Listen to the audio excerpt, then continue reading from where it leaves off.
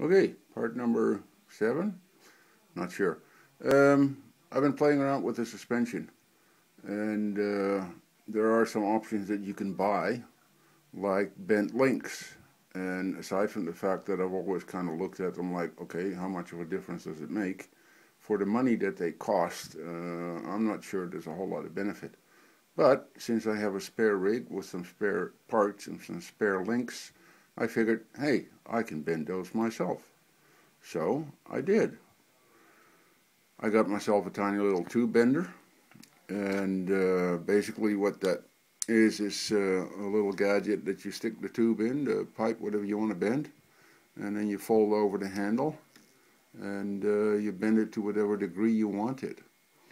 So what I did is I did as they sell them, I bent one end to about a 30-degree link, and that was supposed to end up on the end.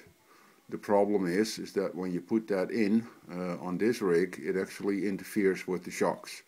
They bind, they get pushed out, and it just doesn't work very well. So when you put that bent, when you change the link around, you have to change the ends around in order to do that.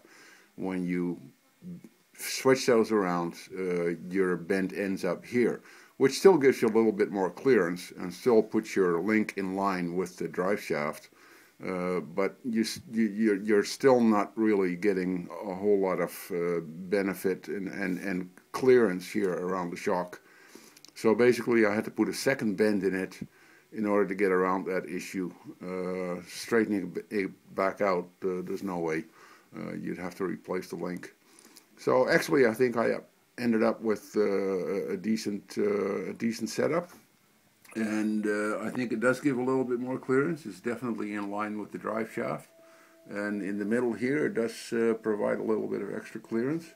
So we're probably going to do the other side as well, but for now this is what it looks like. And I think that might just help out a little bit.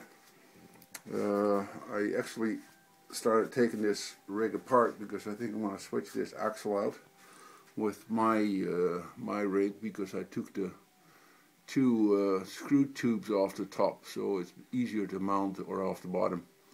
So it's going to be easier to mount the bumper the way I want to,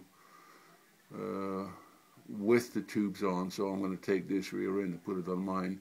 But this is an experimental unit, and I bent the links, and I think I accomplished what I set out to accomplish, and I think it looks good, and I think it is going to give me some extra clearance. So I'm going to play around some more with this, and if I do find anything worthwhile reporting, then I certainly will.